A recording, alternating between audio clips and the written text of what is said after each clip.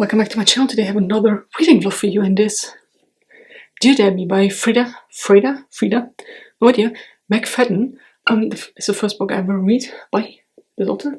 My partner actually has the boyfriend in this collection, and if this book is good, I might borrow it. To get this out of the way, this will count for my hooker challenge for January release, and probably something else. I don't know what yet, maybe the green cover. Not sure. So yeah, like I said, my first Freida. I don't know what to expect. So first I'm going to read what the blurb says on the back, and then we'll have a chat because I'm already almost 100 pages in. I've started this book this morning. Yeah, let's go. Sometimes enough is enough. Debbie Mullen is losing it. For years she has compiled all of her best advice into a column, Dear Debbie, where the wives of New England come for sympathy and neighborly advice. Through her work, Debbie has heard from countless women who are ignored, belittled, or even abused by their husbands, and Debbie does her best to guide them in the right direction. Or at least she did. These days, Debbie's life seems to be spiraling out of control. She's just lost her job, something strange is happening with her teenage daughters, and her husband is keeping secrets according to the tracking app she installed on his phone.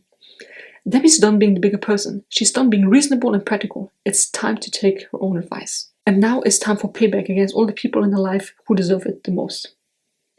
So as you can tell from the blurb, she's about to go batshit crazy. In a good way. Like, that was the one scene where she heard like a ringing, and you know, maybe she's actually just losing her mind, or maybe she has something, you know, more severe going on. I don't know yet. You know, I'm 100 pages in. I don't know. So yeah, the book starts out with a huge long ass story about breakfast and how important breakfast is, and her daughter Lexi comes in. She has a rule with her mother, and that is no talking in the morning. Honestly, I'm the same. Okay, do not talk to me before I have my first cup of coffee, please. Like, you get answers, but don't expect long answers, and do not expect anything more than yes or no. She comes in, and she has a boyfriend that Debbie doesn't like because, you know, he's not good enough for her. He's a weirdo. He's older. I think, you know, he has a car and all. He's very lanky. He's not the best looking. Like, she's just very skeptical and very judgmental of that guy. I'm sure. Like, I'm 100% sure, or maybe not 100%. I'm 60% sure that he's not as bad as Debbie thinks he is.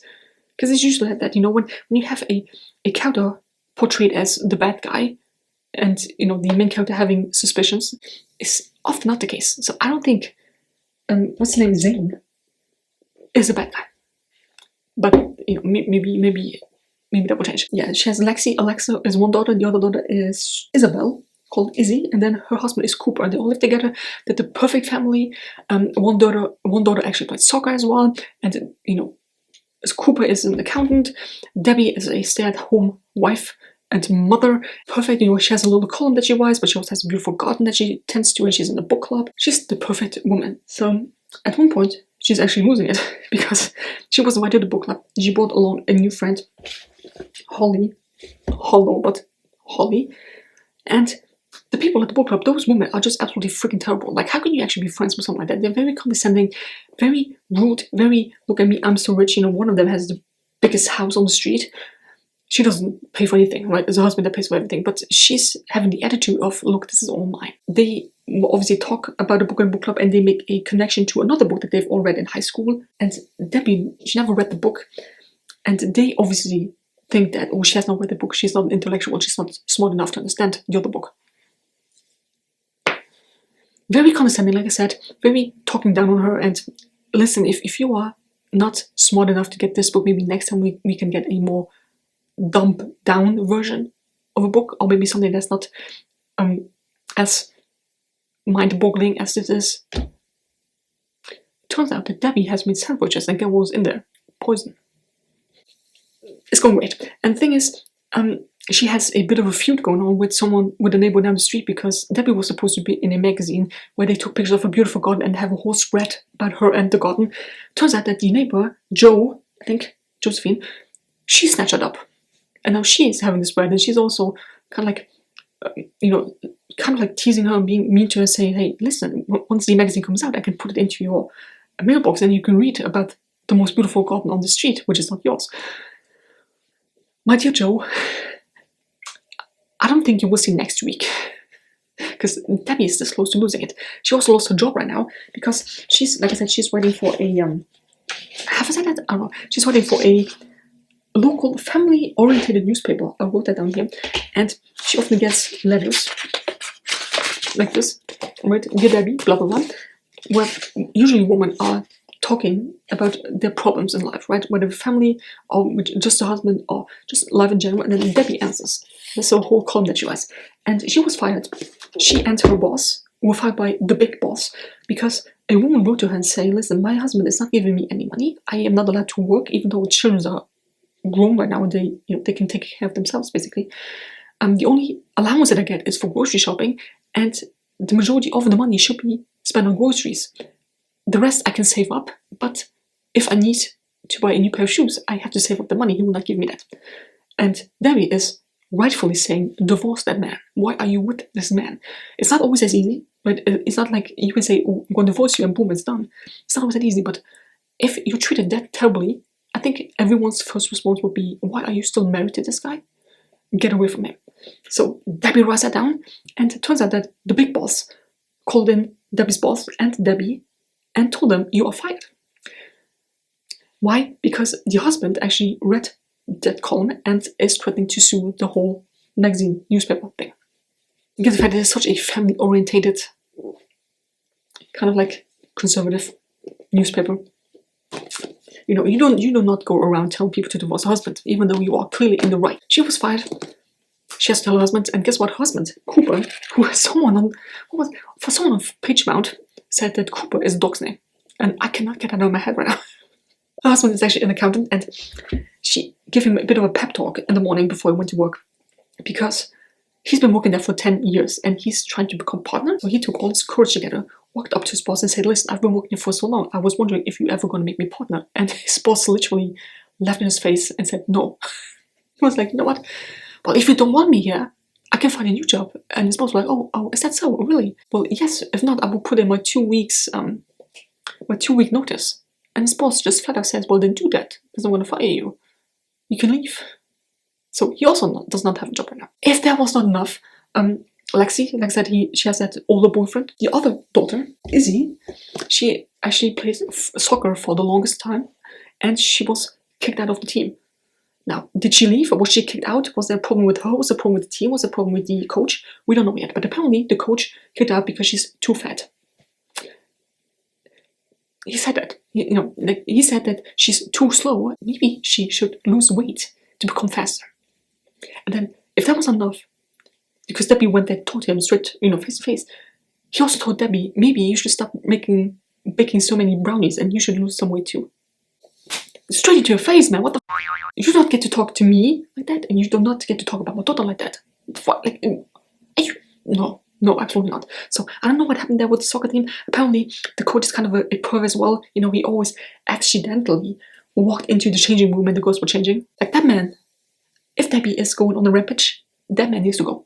He should have been gone yesterday. He needs to go. Also, Cooper is having secrets. I hope it's not like the typical cheating thing.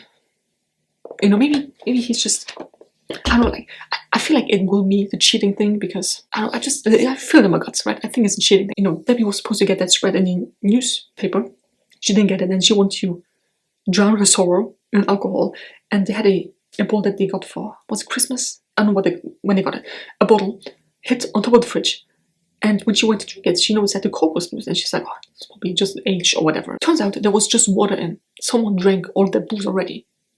She immediately thinks it's Zane, Lexi's boyfriend. What if it was Cooper with whoever he's sleeping with? But I don't know.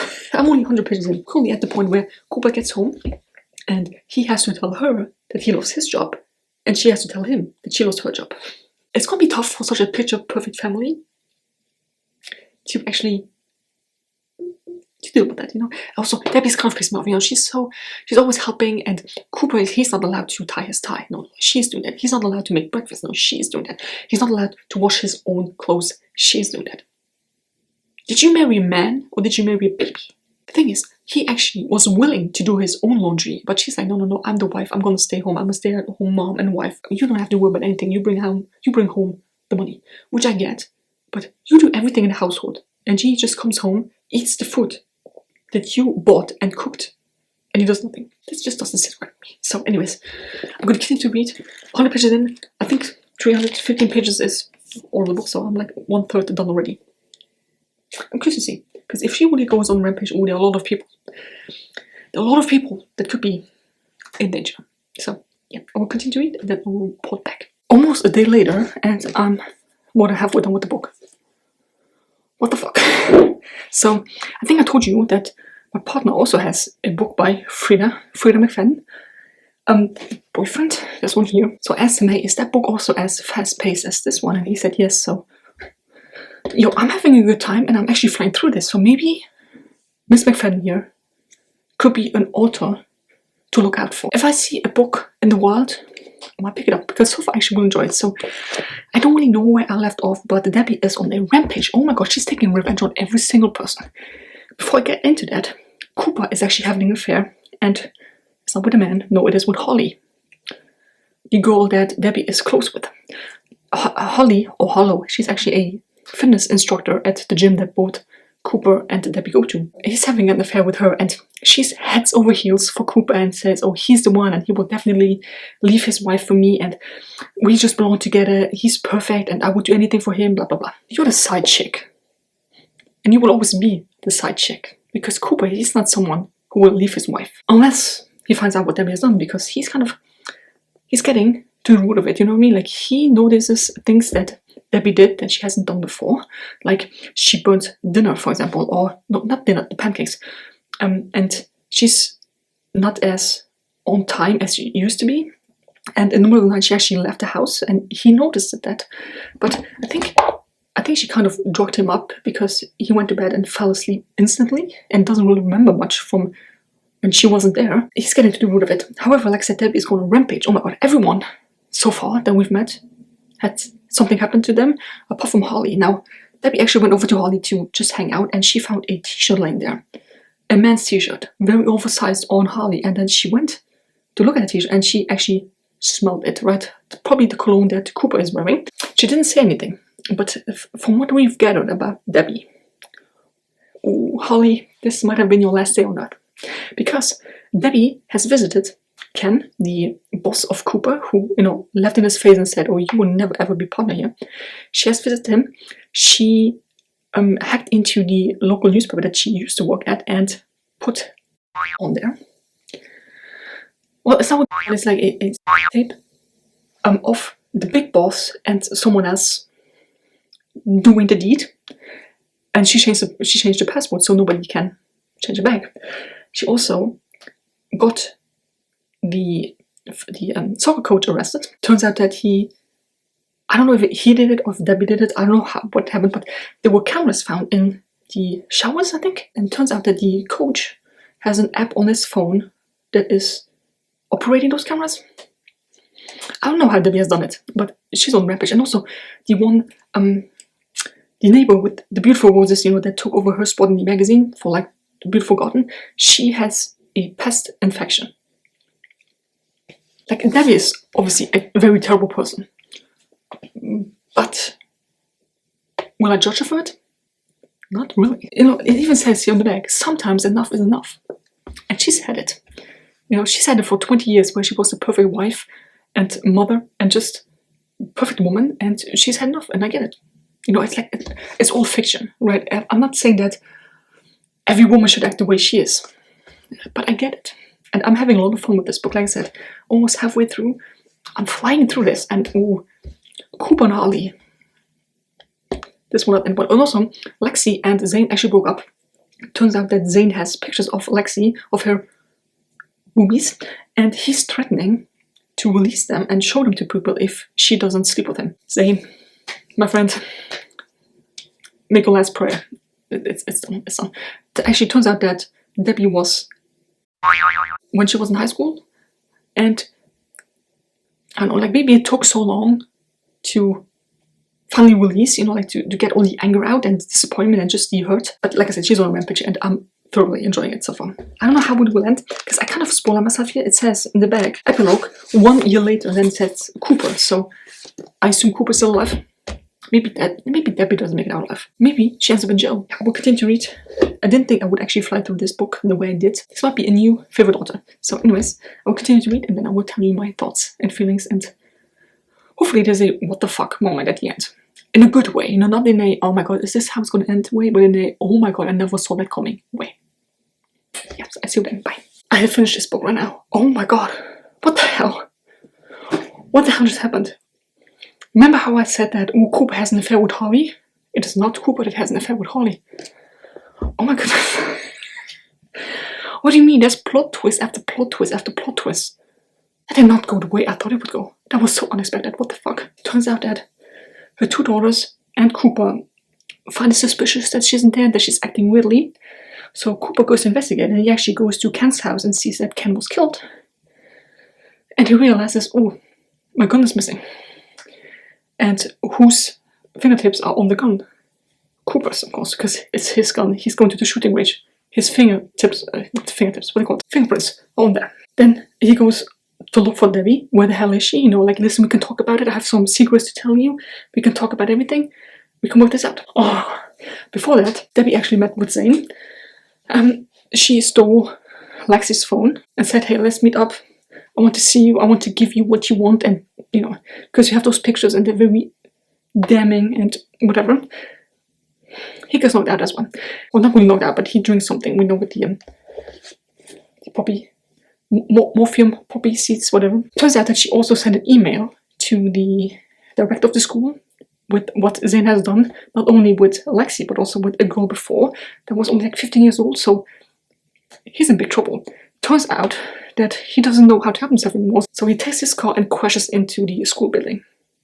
And he's now permanently disabled because, that was a huge fucking crash. He made it, he survived, but at what cost, my friends, at what cost? Holly is actually having an affair with someone, but not with Cooper, but with Jesse, Cooper's best friend. I don't even know if I mentioned him because I felt like he was such a minor character. Jesse, listen. Jesse is connected to Debbie in ways that you would never think she was connected, and also to Cooper. So not only are Cooper and Jesse best friends, they work together. They've met a couple of times. They talk about private things. They even go to the shooting range. And remember when I said that Debbie was in college? That was actually Jesse who did that. He doesn't remember her, but she remembers him very well, which I fully understand. Like, that's something you'll probably never ever forget in your life. And when he showed up, when they went to like couples dinner, Jesse and his wife, and then Cooper and Debbie, she immediately knew who that was, and she was out for revenge. Turns out that Jesse actually used Cooper's name at the fitness center that they went to. So Holly thought she was actually sleeping with Cooper, Debbie's husband, but she was sleeping with Jesse. Holly planned that whole thing of, I'm gonna have Debbie over. We cook some nice dinner, and then I tell that I invited my boyfriend. She was planning on Debbie and Cooper meeting, but turns out that it was Cooper, was Jesse. Debbie did, in fact, kill Ken, but not with Cooper's gun, but with Jesse's gun.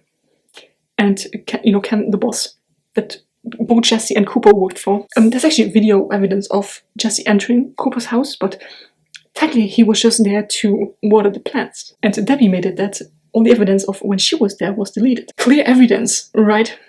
Debbie also kills Holly off and drugs Jesse. So as soon as he wakes up, he sees that, oh my god, Holly's dead. I'm gonna, clean up the evidence. And then the police show up. Who is the only suspect? Jesse. Do you know what I mean? Oh my god, this is so crazy. And the best thing is that at the end, Debbie talks to someone. I think it was at the fitness, like the check-in. When you go to a fitness center or a gym, you often have someone who either opens the door for you or checks you in or whatever. That woman working there was the one that wrote Debbie and told her about the financial abuse from her husband. That she only gets a certain amount of money every month to pay groceries for. That woman was married to Ken. Ken was the one who threatened to sue Debbie and her boss, to the point where the big boss fired both of them. That made Debbie get a revenge on him by posting a tape with like. Do you understand? Like, this is so crazy. Cooper actually has a secret. Cooper is an alcoholic. Like, he's been struggling with alcohol for a while. There were times where, like he thought he had everything under control, but then he got a DUI, and he's not telling Debbie that, right? And Debbie also has a secret of being raped in college, and she has not told Cooper that. They've been together for 20 years, or married for 20 years, together for longer. So they all come clean, and they go to couples therapy, and it works absolutely well, apparently. And the gun that Cooper was missing was his gun, obviously, but Debbie got rid of it ages ago because she was always against guns in the household. What the hell did I read? What the hell did I read? That was so good. I know, like, a lot of people say that this book was not good, but this was my first Freida McFadden, and I want and need more. This was really good. I enjoyed that. I gave it 4.5 stars. Along with House of Sky and Breath, you know, the second Cressidi book. I think my favorite of the year so far. I have not had a 5-star book yet, but oh my god, this was so good. And also, the cover matches the book because she actually grows those plants, what I call morphium poppies. They look very deceiving, right? They look very beautiful, nice, but if you prepare them in a certain way, it can make you very drowsy and sleepy and potentially kill you. Just the amount of people that have been annoying her for so long, and she finally got revenge on all of them. Oh, this was so nice. 4.5 stars. I really enjoyed this book. Well, so anyways, my hair is a mess. I need to do something with my hair. I don't know what yet. So anyways, I hope you enjoyed the video. Let me know what you think about the book. I think I will write in the info box that this is not a spoiler-free video. Usually, my vlogs are not spoiler-free. You know, when I do the Herkit updates, I usually say, oh yeah, I'm not going to talk too much about it, or I'm not going too much in depth. But these reading vlogs, I need to talk to someone about it, and this was really good. Oh my god, oh my god. In the end, everyone got what they deserved. I don't know what to say. So I really love the book. It will end up somewhere on my bookshelf. I don't know where yet. I need to, like, it's a mess. Technically, I need another bookshelf, but I'm running out of space, and it's a mess. It's a mess. Anyways, I really love this. Let me know what you think. I see you in my next reading vlog, probably. I don't know. You will see me whenever I upload another video. So